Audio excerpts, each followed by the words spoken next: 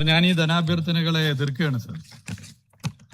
Sir, ഇവിടെ തൊഴിലും തൊഴിലാളി ക്ഷേമവും പ്രവാസി ക്ഷേമത്തിനുമായി ഡിമാൻഡ് നമ്പർ 24 2026-27 ആദ്യ ബഡ്ജറ്റിൽ LDF സർക്കാർ 1776 കോടി 67 ലക്ഷം രൂപ വകയിരുത്തിയ സ്ഥലത്താണിപ്പോൾ UDF സർക്കാർ 1478 കോടി 79 ലക്ഷം രൂപ മാത്രം വകയിരുത്തിയിട്ടുള്ളത്. സർ, 298 കോടിയുടെ കുറവാണ്.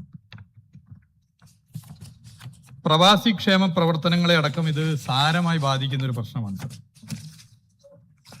സാർ, നമുക്കറിയാം 22 ലക്ഷത്തോളം വരുന്ന പ്രവാസികൾ പ്രതിവർഷം 2 ലക്ഷത്തിലധികം കോടി രൂപ നേരിട്ടും ബാങ്കുകളിൽ 2,86,00,000 കോടി രൂപയുടെ നിക്ഷേപമായും നൽകി കേരളത്തിന്റെ മൊത്തം വരുമാനത്തിന്റെ GSDPയുടെ 19% സംഭാവന ചെയ്യുന്ന വിഭാഗമാണ് സാർ പ്രവാസി. സാർ, ഇവിടെ വലിയ നിലയിലേക്ക് അവരെ അവഗണിച്ചിരിക്കുകയാണ് സാർ.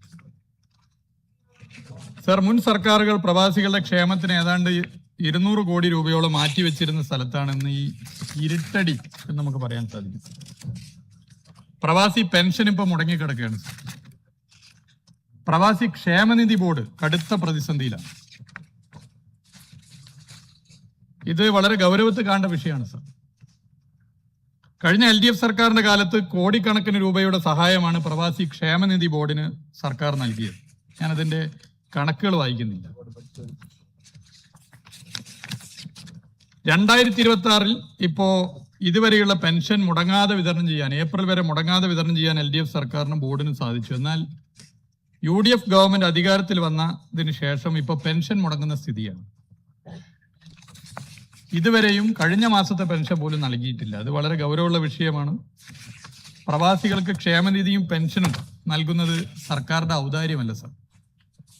സർ, നോർക്ക എന്നൊരു വാക്ക് പോലും ഈ ബഡ്ജറ്റിൽ പൊതുവെ കാണാൻ വേണ്ടി സാധിക്കില്ല സർ.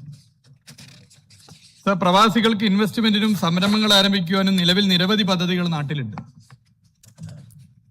അതിനെക്കുറിച്ചൊന്നും മിണ്ടാതെ പുതിയ സംരംഭക പദ്ധതി എന്ന് പറഞ്ഞ് ബജറ്റിൽ വാചാലമാകുന്നത് പ്രവാസികളെ വഞ്ചിക്കുന്നതിന് തുല്യമാണ്.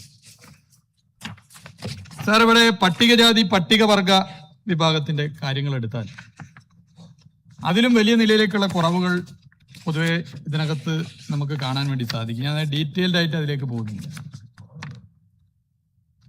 ഇതിൽ ഗൗരവമേറിയ ഒരു പരിശോധന നടത്തേണ്ട മേഖലയാണ്.